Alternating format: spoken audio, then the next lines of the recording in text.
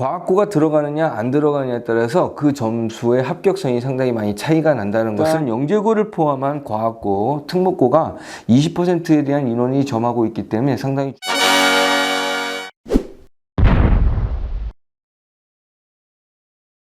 노력하는 학생에게 좋은 점수를. 안녕하세요, 낭만 강사 홍사부입니다.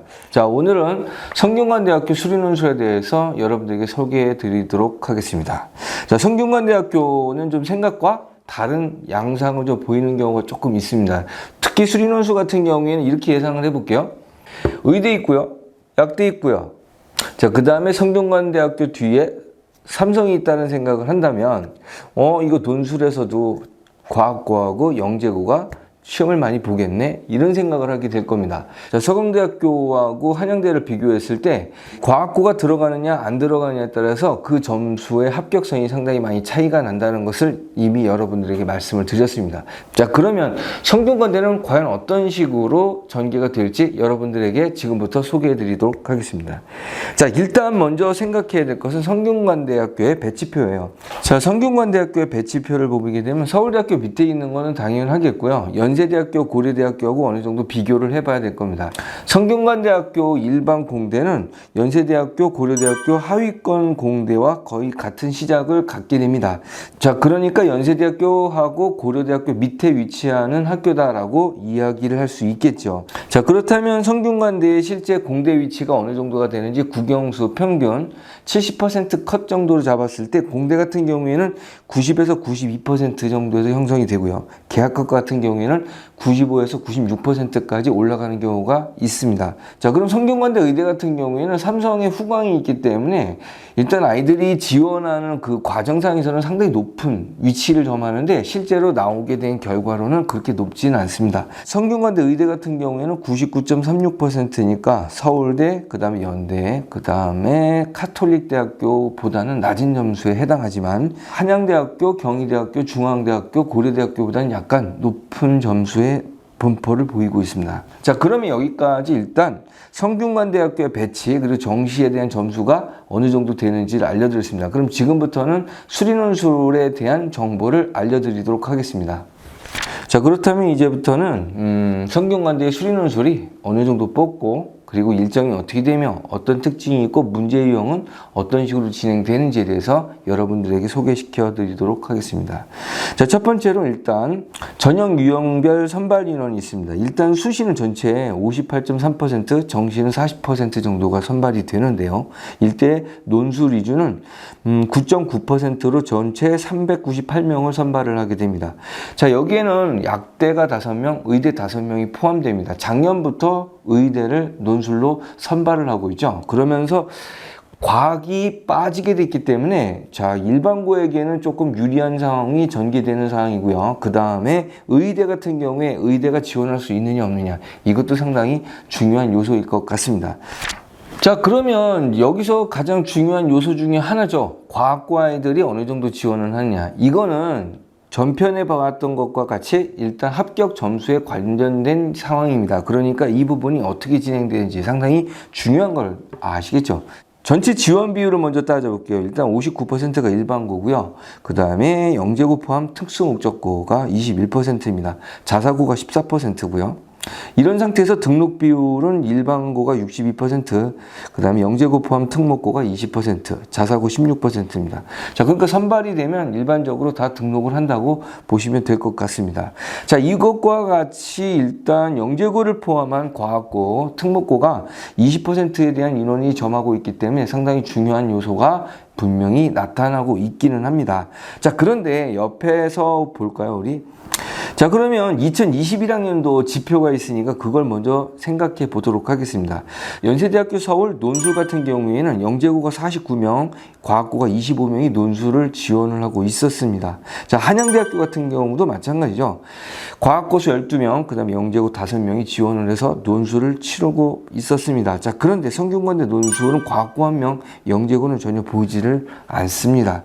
자, 그렇다면 점수는 조금 내려갈 거라는 것을 예측할 수 있겠죠. 이거의 가장 중요한 원인이 무엇이었을까라는 걸 좀 생각을 해보게 되면 일단 1차적으로 위치상으로 예, 일단 위치상으로 과학고하고 영재고가 종합전형을 다 채운다고 그랬을 때 여기까지 내려오는 인원들은 상위권 인원들이 아니라는 게 일단 가장 중요한 요소고요. 그리고 두 번째, 가장 더 중요한 요소가 있습니다. 그게 뭐냐면 최저가 있다는 겁니다. 연세대학교 봤는데 일단 위치가 높기도 하지만 최저가 없었죠. 한양대학교도 최저가 없었습니다. 자, 그렇다면 성균관대학교는 자연계열 같은 경우에는 3합6, 그 다음에 3합5, 그 다음에 의예 같은 경우 3합4라는 최저가 존재를 하게 됩니다. 그러니까 수능을 보지 않는 경향이 있는 영재고들은 좀 지원하기가 어렵겠다라는 것을 예측할 수 있습니다. 자, 그렇다면 이제 어떤 것들을 예측할 수 있을까요? 과연 합격되는 점수가 어느 정도일까? 예측이 되시죠? 50점이 채 안 됩니다. 자, 그래서 일단 전기공학부 43점, 그 다음에 반도체 시스템공학부가 45점, 자, 그 다음에 글로벌 바이오 메디컬 공학이 대략 40점 정도가 됩니다. 자, 그러니까 점수가 상당히 높지가 않다라는 거죠. 자, 이것은 24학년도 입학 설명회를 하면서 그 입학사정관이 이야기한 이야기 속에도 분명히 담겨 있습니다. 인문계 논술에서는 상당히 높아서 100점에 근사한 점수가 나온다고 이야기하는 반면에 수리 논술을 포함한 자연계 논술은 점수가 그리 높지 않다라고 얘기를 했고 그 점수를 오픈하지는 않았습니다. 자, 이것만 봐서도 우리가 점수가 그렇게 높지 않다는 걸 알 수 있겠죠. 자, 그러면 광역별 자사고가 지원을 하고 시험을 보지만 그 점수를 월등하게 높일 정도로 실력의 격차가 많이 벌어져 있지 않다는 것을 알 수 있습니다. 자, 그러니까 성균관대학교 수리 논술도 일반고가 충분히 치를 수 있는 여건이 마련되어 있다. 이유는 최저가 있기 때문이겠죠. 자, 여기서 리마인드를 다시 한번 해드릴게요. 최저를 못 맞춰서 떨어지는 것이 아니고 50점이 안 돼서 떨어지는 거예요. 실력이 없어서 떨어지는 겁니다. 그러니까 실력을 쌓을 생각을 하시고 그렇다면 당연히 기회는 오게 될 겁니다. 자, 지금까지 시험을 보는 학교의 유형이 어떻고요? 그 다음에 점수가 어느 정도 구성되는지에 대해서 말씀을 드렸습니다. 자, 그렇다면 이제는 수리 논술을 어떻게 진행할 건지에 대한 작전을 분명히 짜야 되겠죠. 자, 일단 서강대를 좀 생각을 해봐야 되는데 점수의 분포가 서강대하고 좀 비슷한 상황을 가지고 있습니다. 그렇다면 서강대하고의 차이점을 분명히 하는 것이 좋겠죠. 자, 서강대학교는 통계에 대한 시험이 상당히 구체적으로 출제되고 있는 반면에 성균관대학교는 통계 상황에서는 확률 정도와 이항정리 정도만 출제를 하고 있고요. 확률의 경우의 수가 조금 더 많이 출제되는 상황으로 보이고 있습니다. 기하 같은 경우에는 학생들이 기본적인 사항만 충분히 알고 있다면 시험을 치를 수 있는 정도로 출제가 되고 있습니다. 자, 그렇다면 시험이 시행되는 시기가 언제인지 먼저 확인해 볼 필요가 있을 겁니다. 자, 우리 일단 인문계 같은 경우에는 23년 11월 18일 토요일, 그러니까 수능을 보고 이틀 후에 시험을 보고요.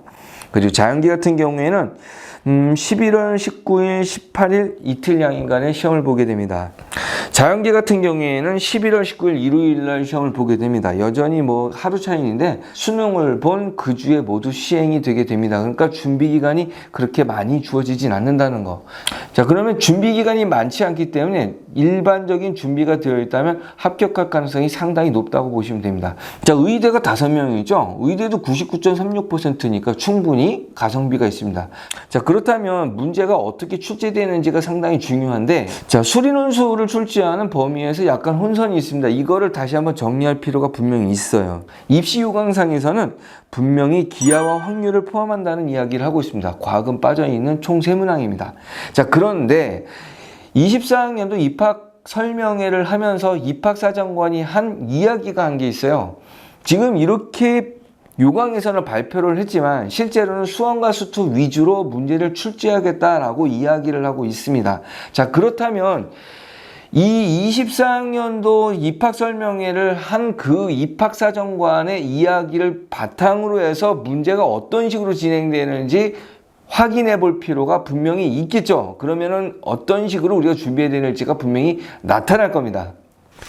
자, 지금부터 문항 하나를 소개해 드릴 겁니다. 자, 그런데 이건 좀 고민해 보실 필요가 있을 것 같습니다. 어떤 거냐면 성균관대학교는 의대라고 해서 다른 문제로 출제를 하지 않고 있습니다. 자, 2교시에 포함된 계약학과와 같이 의대가 거기에 포함돼서 시험이 치르고 있습니다. 1교시, 2교시가 약간의 차이는 있지만 레벨상으로 거의 비슷한 난이도를 가지고 출제를 하고 있습니다. 그게 가장 큰 특징이고요. 그러니까 점수를 가지고 의대를 평가하는 기준으로 충분히 될 수 있다는 자신감을 갖고 있다고 보시면 될 것 같아요. 자, 지금부터 소개해드릴 문항은 22학년도 3교시 1번 문제입니다. 자, 이것을 소개시켜드리는 이유는 24학년도 입학설명회를 하면서 입학사정관이 이야기한 그 형태를 봤을 때는 이러한 형태의 문제가 출제가 될 거라고 분명히 볼 수 있거든요. 자, 전체 문제는 일단 3개 문항이 3개 소문항들을 갖고 있습니다. 자, 그리고 성균관대학교는 연대, 서강대와 마찬가지로 문제의 난이도가 거의 평준화돼서 움직이고 있다는 것이 특징이에요. 그러니까 문제가 한 요 정도의 난이도를 갖고 있다는 걸 여러분들이 판단을 한다면 준비하는데 상당히 도움이 많이 될 거라고 생각을 합니다. 자, 일단 문제를 먼저 보게 되면요. 여기에 이차함수 들어가고요. 미분 들어왔어요. 그래프 개형 들어갔고 미분 가능성을 이야기를 하고 있습니다. 자, 여기에 확률이 그래프와 묻어서 들어가고요. 그 다음에 그래프 개형을 우리가 찾아내는 형태의 문제입니다. 자, 이 문제들이 1번과 2번 문항은 그렇게 어렵지 않게 출제가 되어 있는데 3번 소문항은 상당한 난이도를 가지고 구성이 되는 것이 특징입니다. 이 소문항의 3번 문항을 하나라도 맞춘다면 여러분들이 합격할 가능성이 상당히 높고요. 2개 정도 맞춘다? 그러면 의대를 합격할 가능성이 상당히 높다고 생각을 하시면 될 것 같습니다. 자, 한번 제시문상에서 3번 볼까요?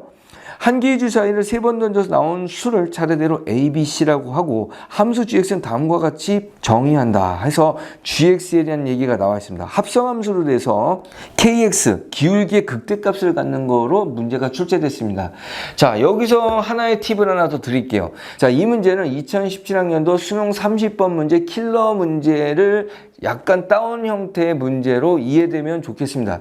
자, 이것처럼 수능에서 출제된 킬러 문항에 대한 어떤 구조를 가져오는 경우도 좀 있어요. 그래서 여러분들이 문제가 어렵지만 낯선 문제는 아니고 충분히 심화 형태 문제를 많이 접했다면 여러분들이 충분히 접근할 수 있는 그러한 유형의 문제가 출제되고 있다는 걸 알 수 있습니다. 자, 지금 이렇게 성균관대학교도 일반 고등학교가 수리논술로 충분한 가능성을 갖고 있는 학교다라는 것을 좀 인식을 했으면 좋겠습니다. 자, 여기서 의대와 약대, 논술에 5명씩 포함이 되어 있기 때문에 충분히 여러분들이 볼만한 가치가 있는 학교라고 충분히 생각을 합니다. 자, 지금까지 성균관대 수리논술에서 전달한 낭만 강사 홍사부입니다.